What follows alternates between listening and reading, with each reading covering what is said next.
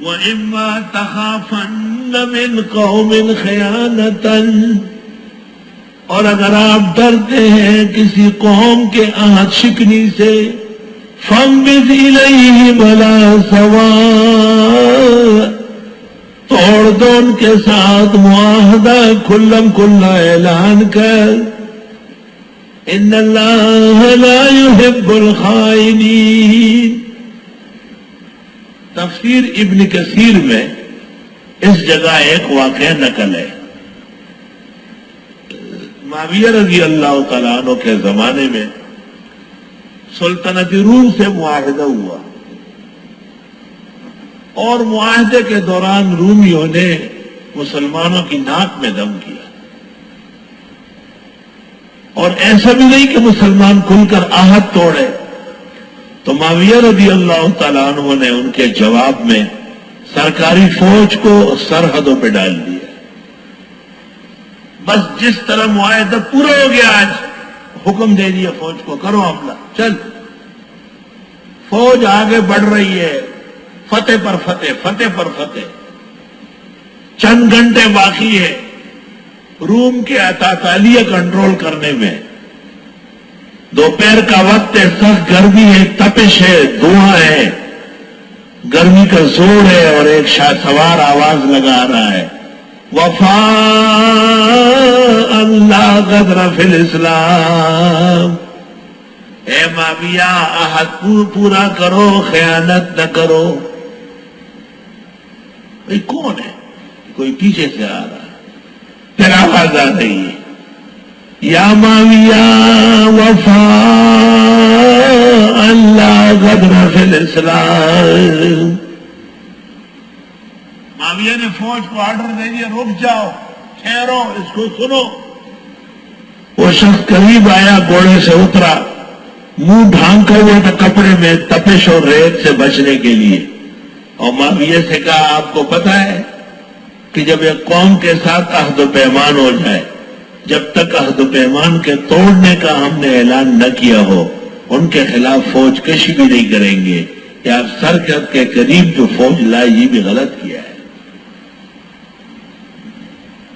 معاویہ نے کہا، جی حضرت، جی حضرت۔ لوگوں نے پوچھا کون ہے؟ کہا عمر ابن عبسہ ہے، ابتدائی 2-3 مسلمانوں میں سے ایک ہے، یہ بہت بڑے آدمی ہے۔ وہ باتیں کر رہے ہیں، معاویہ غطار رو رہا ہے۔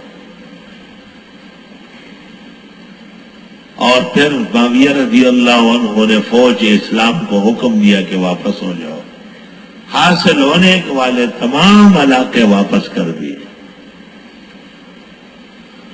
وَإِمَّا تَخَافَنَّ مِنْ قَوْمٍ خِيَانَةً فَانبِذْ إِلَيْهِمْ عَلَىٰ سَوَاءٍ إِنَّ اللَّهَ لَا يُحِبُّ الْخَائِنِينَ وَلَا يَحْسَبَنَّ الَّذِينَ كَفَرُوا سَبَقُوا، نہ گمان کرے وہ لوگ جو کافر ہیں کہ وہ بچ نکلیں گے، إِنَّهُمْ لَا يُعْجِزُونَ، وہ نہیں عاجز کر سکتے، وَأَعِدُّوا لَهُم مَّا اسْتَطَعْتُم مِّن قُوَّةٍ، اور تیار کرو ان کافروں کے لیے جو تم سے ہو سکے طاقت و توانائی، وَمِن رِّبَاطِ الْخَيْلِ، اور جنگی گھوڑے۔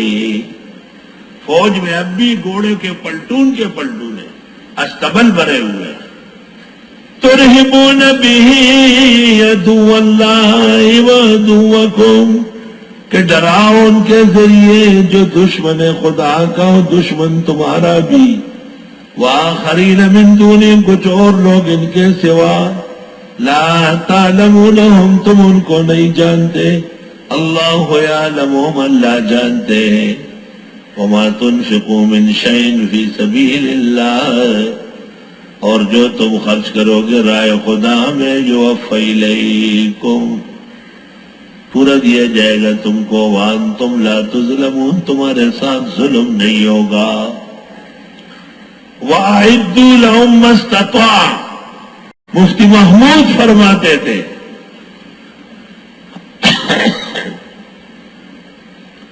کہ ہائیڈروجن بم اور ایٹم بم بنانا عالم اسلام پر فرض ہے، کیونکہ اس سے کفار ڈرتے ہیں۔ اب کہ اس قسم کے بیانات اور فتووں کے بعد ذوالفقار علی بھٹو مرحوم نے ہمت کر کے ایٹم بم بنایا اور ہائیڈروجن بم بنایا. بعد میں آنے والے بے غیرت حکمرانوں نے اس کی ہوا نکالی. اللہ اللہ. حدیث شریف میں ہے جب یہ آیت نازل ہوئی من قوہ، صحابہ نے پوچھا مل قوہ، یہ کیا ہے؟ کہا الرمیو، دور سے پھینکنا، جانا نہیں. امریکہ ادھر سے میزائل چھوڑتا ہے. الرمیو. اللہ. جنگی گھوڑا رفتار میں عام حیوانات سے تیز ہے. ایسے ہتھیار اور اوزار پیدا کرنا جو آنکھ کے جھپکنے میں دشمن تک پہنچے، یہ رباط الخیل ہے. تو جس دور جس زمانے میں جو ہتھیار اسلام کے دفاع کے لیے ضروری ہو، مسلمانوں کے بچاؤ اور ان کے دشمن کے ڈرانے کے لیے ہو، وہ ہتھیار اختیار کرنا یہ ضروری ہے. حکمرانوں نے ایک وقت سے حکومتوں کو عیاشی کا ذریعہ سمجھا ہے. وہ یہ نہیں جانتے کہ یہ ملک اور اسلام کے بچانے کا ذریعہ ہے.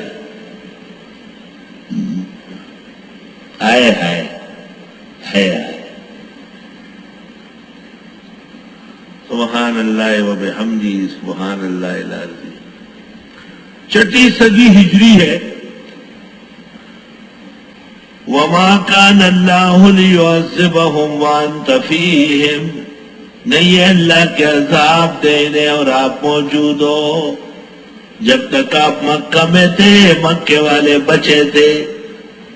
وما كان اللہ معذبہم وہم یستغفرون، اور نہیں ہے اللہ کے عذاب دے ان کو اور یہ استغفار کر رہے ہو.